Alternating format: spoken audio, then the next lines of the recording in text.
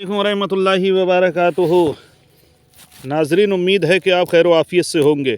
نبی اور رسول جس طرح اللہ تعالیٰ کی ذات اور صفاتوں کا جاننا ضروری ہے، اسی طرح یہ بھی جاننا لازم ہے کہ نبی میں کیا کیا باتیں ہونی چاہیے اور کیا کیا نہ ہونا چاہیے، تاکہ آدمی کفر سے بچا رہے۔ رسول کے معنی ہیں خدا کے یہاں سے بندوں کے پاس خدا کا پیغام لانے والا۔ نبی وہ آدمی ہے جس کے پاس وہی یعنی خدا کا پیغام آیا، لوگوں کو خدا کا راستہ بتانے کے لیے، خواہ یہ پیغام نبی کے پاس فرشتہ لے کر آیا یا خود نبی کو اللہ تعالیٰ کی طرف سے اس کا علم ہوا ہو۔ کئی نبی اور کئی فرشتے رسول ہیں، سب نبی مرد تھے، نہ کوئی جن نبی ہوا نہ کوئی عورت نبی ہوئی۔ عبادت و ریاضت کے ذریعے سے آدمی نبی نہیں ہوتا، محض اللہ تعالیٰ کی مہربانی سے ہوتا ہے، اس میں آدمی کی کوشش نہیں چلتی۔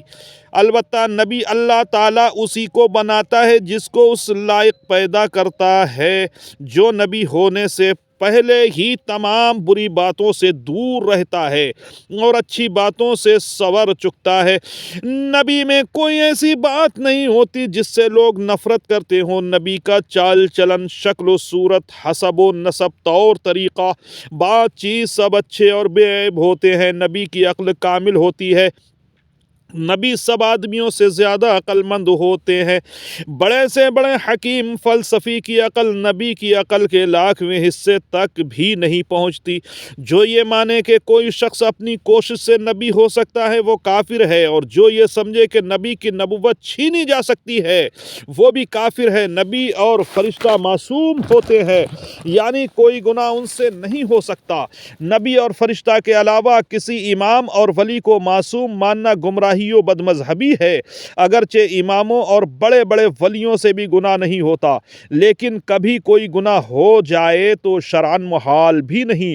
اللہ کا پیغام پہنچانے میں نبی سے بھول چوک نہیں ہو سکتی، محال ہے۔ جو یہ کہے کہ کچھ احکام تقیتاً یعنی لوگوں کے ڈر سے یا کسی اور وجہ سے نہیں پہنچایا، وہ کافر ہے۔ انبیاء تمام مخلوق سے افضل ہیں، یہاں تک کہ ان فرشتوں سے بھی افضل ہیں جو رسول ہیں۔ ولی کتنے ہی بڑے مرتبہ والا ہو، کسی نبی کے برابر نہیں ہو سکتا۔ جو کسی غیر نبی کو کسی نبی سے افضل بتائے وہ کافر ہے۔ نبی کی تعظیم فرض عین بلکہ تمام فرائض کی اصل ہے۔ کسی نبی کی ادنا توہین یا تکذیب کفر ہے۔ سارے نبی اللہ تعالیٰ کے نزدیک بڑی وجاہت اور عزت والے ہیں۔ ان کو اللہ تعالیٰ کے نزدیک معاذ اللہ چوڑے چمار کی مثل کہنا کھلی گستاخی اور کلمہ کفر کا ہے۔ انبیاء علیہم السلام اپنی اپنی قبروں میں اسی طرح زندہ ہیں جیسے دنیا میں تھے۔ اللہ کا وعدہ پورا ہونے کے لیے ایک آن کو انہیں موت آئی ہے، پھر زندہ ہو گئے۔ ان کی زندگی شہیدوں کی زندگی سے بہت بڑھ کر ہے۔ اللہ تعالیٰ نے انبیاء علیہم السلام کو غیب کی باتیں بتائیں۔ زمین و آسمان کا ہر ذرہ ہر نبی کی نظر کے سامنے ہے۔ یہ علم غیب اللہ کے دیے سے ہے، لہٰذا جو علم عطائی ہوا، اور اللہ تعالیٰ کا علم چونکہ کسی کا دیا ہوا نہیں ہے بلکہ خود سے حاصل ہے، لہٰذا ذاتی ہوا۔ اب جب کہ اللہ تعالیٰ کے علم اور رسول کے علم کا فرق معلوم ہو گیا تو ظاہر ہو گیا کہ نبی و رسول کے لیے خدا کا دیا ہوا علم غیب ماننا شرک نہیں بلکہ ایمان ہے، جیسا کہ آیتوں اور حدیثوں سے ثابت ہے۔